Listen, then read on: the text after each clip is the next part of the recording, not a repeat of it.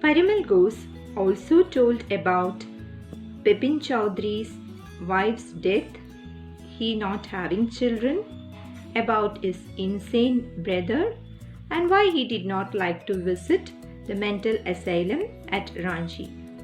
He knew each and every intimate detail about Bipin Chowdhury. As he was leaving, he asked his driver to ride by the river Ganga.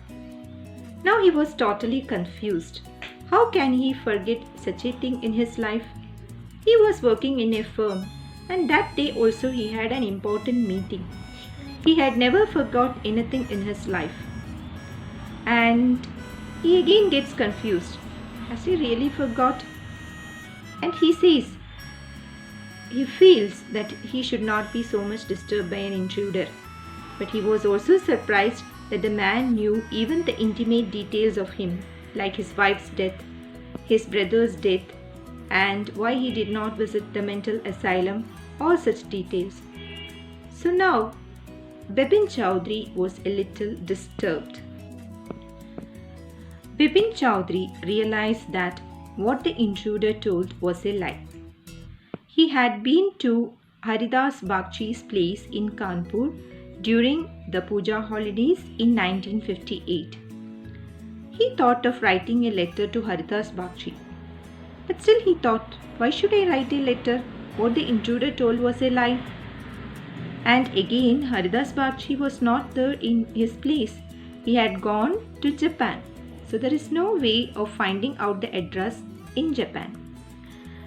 And again he thought, why should I write to Bagchi? Because an intruder came and told a lie. And when he reached Hastings, he decided to fold his trousers and have a look at his right knee, whether the man told that he had a cut in the right knee was correct.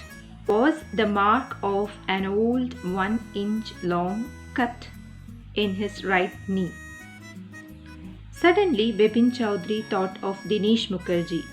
The man had told, Parimal Ghosh had told that Dinesh Mukherjee was with him. Dinesh Mukherjee was living nearby. So Bipin Chowdhury thought of going to Dinesh Mukherjee and asking him about the confirmation of the visit to Ranchi. But again he thought, what would Dinesh Mukherjee think? He would have a lot of sarcasms. He would make fun of me.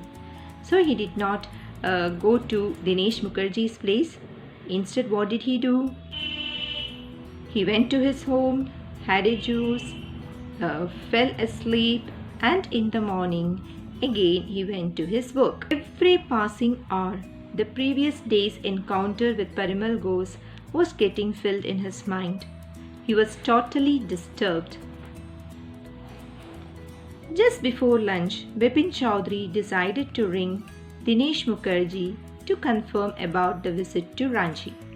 And he asked, do you recall any incident that took place in 1958? I just wanted to inquire about it. So Dinesh Mukherjee asked, which incident? So he asked, were you in Calcutta all throughout the year in 1958? Dinesh Mukherjee said, let me check it out in the diary. There was a minute's silence. That minute seemed to be too long for Bipin Chowdhury. He was sweating. And after a minute, Dinesh Mukherjee, he talked about his visit to his nephew's wedding and also the visit to Ranchi. He says, what's all this talking about? Why do you want to know what happened in 1958? He said, nothing so special, and he kept the receiver on the phone, and then he held his hand. He felt like he was swimming and he could not eat his lunch. He was totally confused and disturbed that how could such an event skip from his mind.